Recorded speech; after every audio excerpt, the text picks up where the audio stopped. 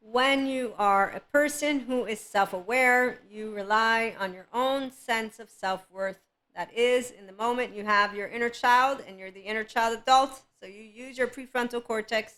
You don't do the suffering that is of those who have the temporal junction.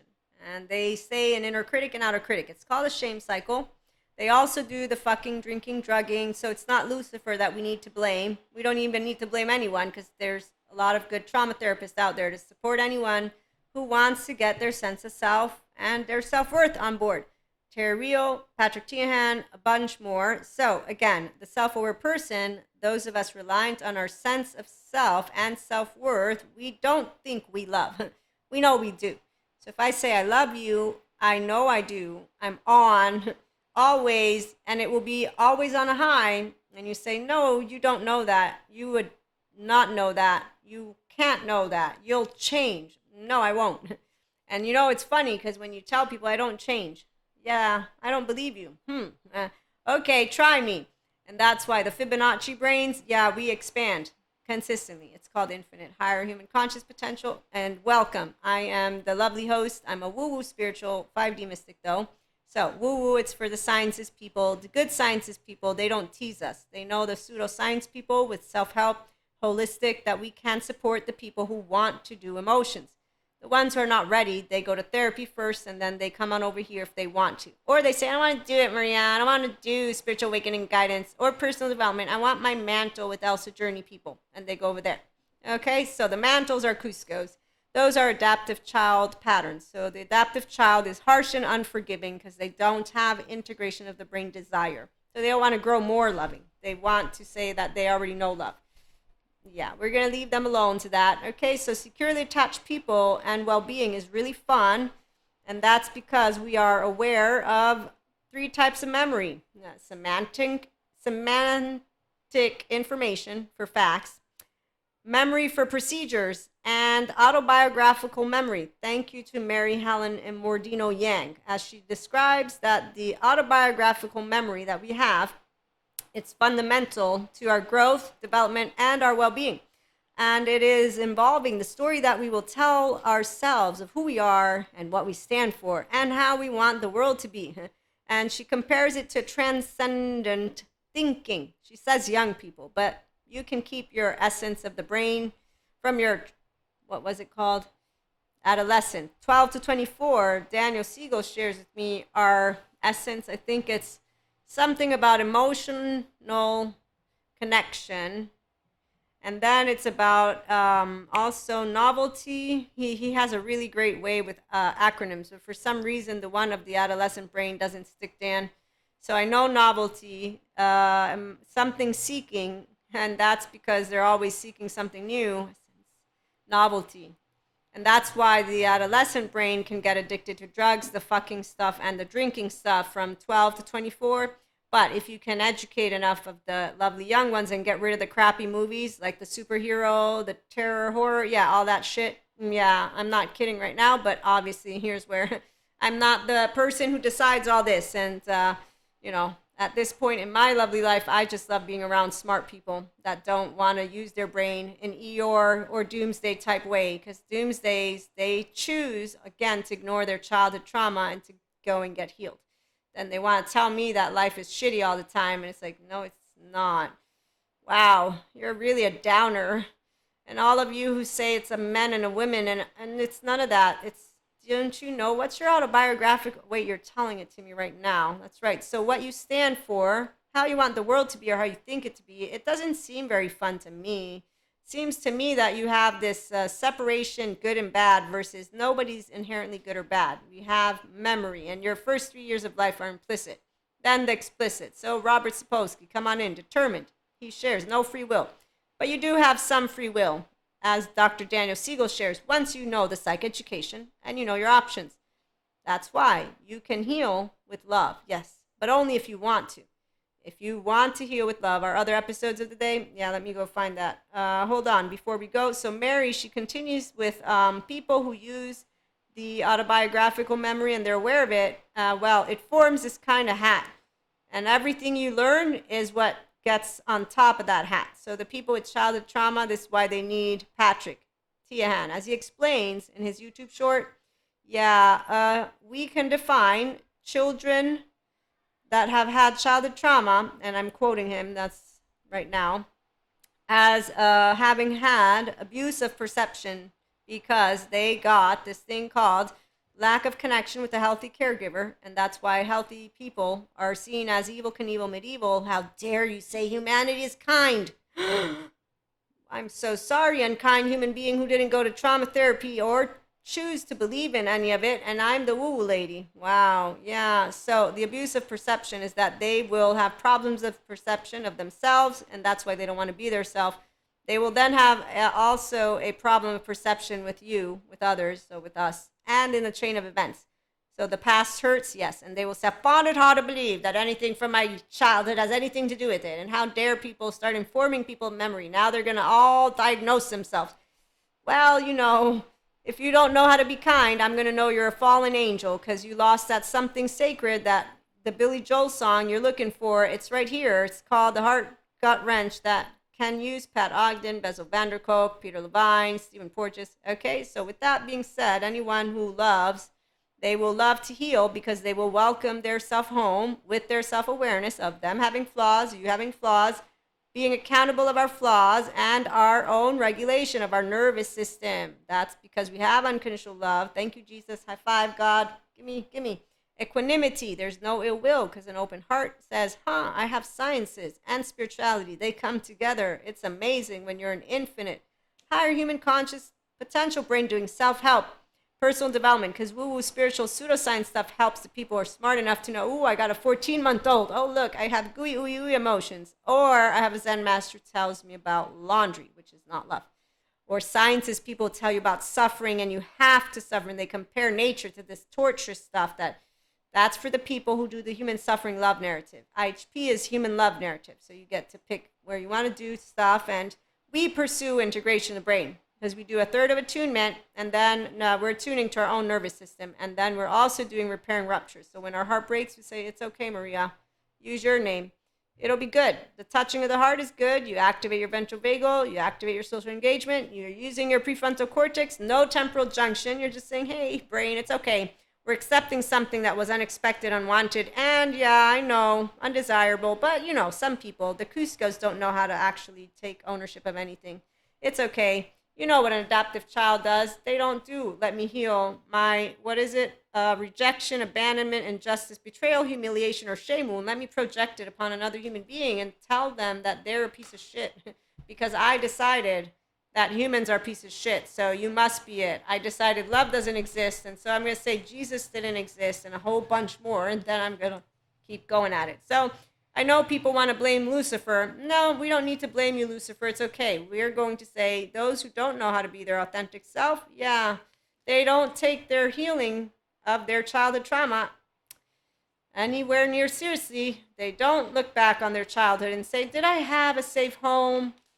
Am I reviewing how I am responsible for my behavior out in public with people? Do I notice that my emotions are a reflection of what's inside of me?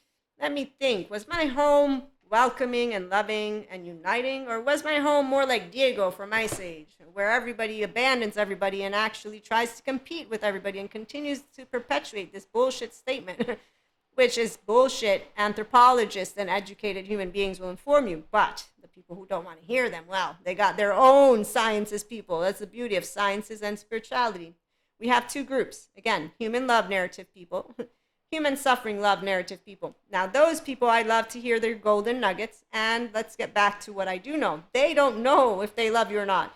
They'll say they think they know, and then they'll come in and out of your life, and they will do the whole not text you back and push and pull, and well, basically it's called self-doubt. That's not anywhere near love. Oh, and they don't have their 1-year-old or 3-year-old. They're in fact still trying to appease someone, and that's going to be very obvious to those of us who have an integrated brain and restorative embodiment, because we're using our prefrontal cortex. So we have healed our trauma, so our body's not keeping the score of anything anymore. Any ascension energy, nothing's coming up except for love. Oh, and our brain keeps the count in thought and story form. We don't have a thought or story form. As for sensations and emotions, we know how to regulate our nervous system. So when you're self-aware, it's because you're aware, accountable, and regulating. And that's why you did choose love. And love heals what? It heals you by allowing you to know the kindness that it is to be a human. When you're integrated, it's kindness and compassion, and your nervous system, your embodied nervous system, is actually regulated in what is your rest and rejuvenate. And that is what self-help and personal development help people if they're motivated to become more of it. But if, on the other hand, they think things like this, where is it?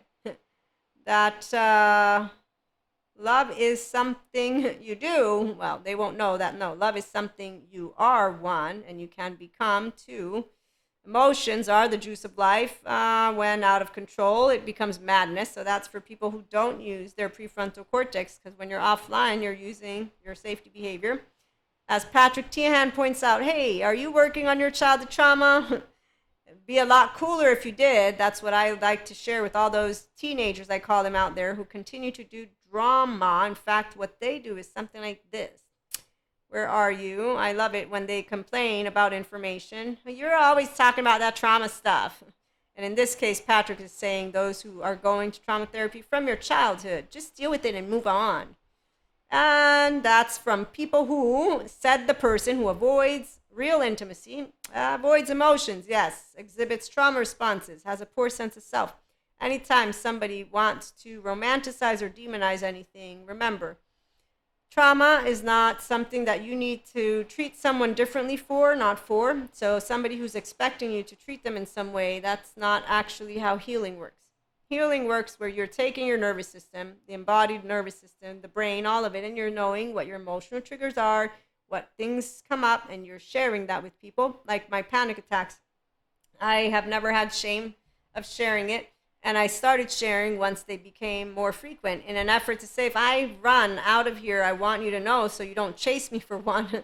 Two, I'm going to leave, So it was more of, let me inform you of aspects that are taking place more frequently, not ask you for anything because I didn't need, in fact, anything, because I already know how to stay healthy. Okay, so when you have self-awareness and accountability and regulation, when you have the capacity to be a sense of self, use your human name, and you love people and you love life, you're going to be here, one at IHP, and the 5D Collective, that's where I'm a mystic. So I enjoy those who are the in-betweens. In-betweens, not with mantles.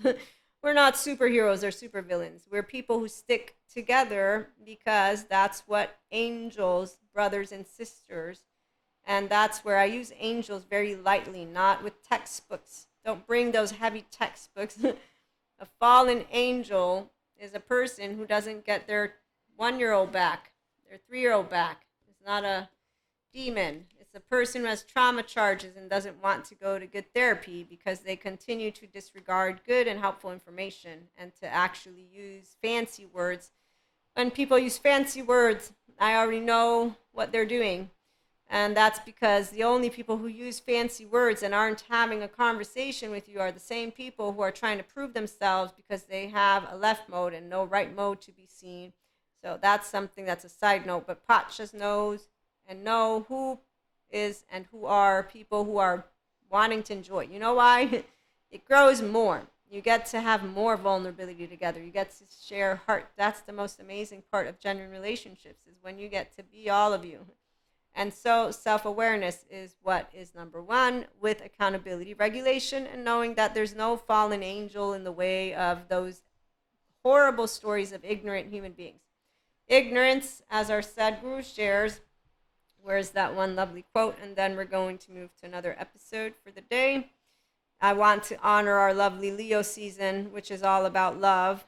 And, or at least that's what I found out, that he, she, they, Leo is the astrological sign of love. Love is not something that you do. It is something that you can become. And that's if you choose a life of meaning and connection beyond the solo self, because you're part of our lovely human herd. And that's because humans are imperfect. We all are. That's the whole point of accepting imperfection. Imperfection doesn't mean lack of capacity to be with integrity and with basic moral principles. Basic moral principles involve me accepting that you have different beliefs and different ways you want to see life move forward. It's a straightforward equation. I'm not going to come tell you how to live life. There's laws and organized laws for us. The people who want belief system to dominate, to me, I learned about separation of state and religion when I was in my political science years, and I agree with separation because not all people believe. And so, automatically, if not all people are of faith, that is not something you will want to impose. Sharing and expanding and bringing people Holy Spirit and faith was never, at least in my catechism, taught to me to be wanted to be imposed. It is something that stems from here. So, long story short, you give me technical, I bring to you technical means institution. Belief is not technical. To me, belief, it's why mysticism and anything spirituality is in the realm of philosophy, religion, all of it. If somebody wants to bring to me philosophy versus technical, again, that's where you can nitpick at whatever you want. When a person doesn't like what they hear, they're choosing where their preference lies. And preference is something that is subjective. If ignorance was bliss, by now the whole world would be blissed out. And yeah, nobody's blissed out. In fact, the ignorance are the ones who are completely in another sphere than what those of us who are self-aware, accountable, and regulating are. So we're going to, again, chit-chat a little bit more about love. In the meantime, thank you for stopping by. Please remember, food for thought. And here we are, all people, at least IHP, is for people who want to have all conversations, smart people. Stable, mature, adaptive, rational, and teachable brains. And no, don't make too much fun, meaning if you're going to talk down to a mystic, that's not cool. Talking down means you have low self-esteem. Don't talk up to anyone, low self-esteem again. It is once you recognize you are worthy, I'm worthy, we are of equal worthiness. There's no equation. People have tried to do the whole, let me make mathematics out of what is coming out of your mouth. Once again, technical. I'm grounded in reality. My name is Maria. There's 8 billion people and growing. The earth is round however many meters squares. You want facts? I'll give you facts. I go vote. There's countries that this is why. There's not a story. There's a very specific way you can stay grounded and say it's a globe. You know what? I also know political science. There's our lovely governments. They all get together and they're supposed to work it out. So technical is one thing. What you prefer or don't prefer is not what is in the picture. If it's technical, the Jacob personality, which is, by the way, where equanimity lies. Equanimity is the land of those who are wise because we know how our emotions, they're not going to be affecting. We're going to say, oh, go over there, biases. Oh, look, go over there, thoughts. Oh, shut up, both of you. That's what leadership, in my book, as I was learning, that's what I expected. Now I know who the leaders are and who the leaders are not. And what I expected, well, I got. That was very interesting. It's something I don't talk about. And no, it's not people because, people, I mean, if you're afraid of a 4'9" woman, really, and a young girl, that's just something that I'm like, I'm not scary. And I forgive. I don't understand. This confuses my brain. Scary would mean I'm a monster looking thing.